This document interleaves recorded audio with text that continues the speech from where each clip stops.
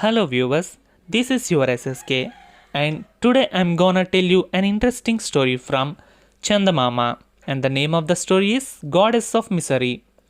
In a village there was a peasant who always worshipped the goddess of wealth, so wealth always favored him. One day the goddess of wealth came towards the village of the peasant accompanied by her elder sister, the goddess of misery. On the way, the younger one showed the elder a field of paddy and said, "See, sister, how nicely the crop is coming up. These fields belong to a peasant. He is so lucky that if he touches brick, it turns to gold." Misery surveyed the field with narrowed eyes. Just within a week, she said ominously, "There will be such heavy rain that this field will yield nothing." That evening, Wealth went to the peasant's house and said to him, "My man, sell all your crop in advance tomorrow, otherwise you will be a ruined man." The peasant went to a merchant, sold his crop, and took half the money as an advance. A few days later, there was a continuous downpour of rain. Of the fields in the locality, the peasants was the worst hit. The sisters went there to survey the ruin. "Didn't I tell you so?" said Misery. "Tell me what the peasant will get out of this field." "I think he has already got it," replied Wealth. "He sold the crop in advance to a merchant." "Is that so?" said Misery with compunction. "The poor merchant will be ruined, won't he? I must make the field yield a better crop than usual." Wealth went to the peasant again and advised him to buy the crop back from the merchant. The peasant went to the merchant and said, "Sir, you sustained a terrible loss. I shall take back the crop. You need not to pay me the rest of the money."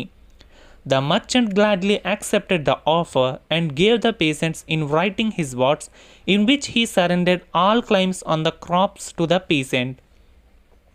The unprotected crop stood up again as if by magic, and at the end of the season there was a bumper yield for the peasant.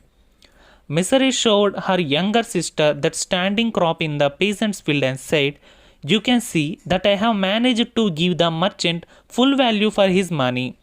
But Wealth said, "No, sister, I think the peasant brought the crop back from the merchant and the profit is all his." Misery ground her teeth in the range. "The wretch," she hissed, "he keeps undoing whatever I want to do. I will see that he gets not more than 2 measures of grain per stack." Wealth again went to the peasant and advised him thus, "After cutting the crop, put it up in as many stacks as you can, otherwise you will be ruined." The peasant did likewise, and he had so much grain that his barn could not hold more than third of it. In order to store the rest, he got 2 more barns built. A few days passed by. Misery was shocked when she saw the newly built barns. "What is the meaning of all this?" she asked. "It's all your own doing," Wealth replied. "You wanted him to get 2 measures of grains per stack, and he put up the sheaves into the thousands of stacks. He had so much grain that he had to build new barns." At long last, Misery was able to guess that her own sister was helping the man she has intended to ruin. "All right," Misery said threateningly. "See what I'm going to do him next." "What's your plan?" Wealth asked her. "Oh no," said Misery. "I'm going to tell you nothing. You have been helping him." But Wealth was not to be stumped. She went to the peasant and told him what to do.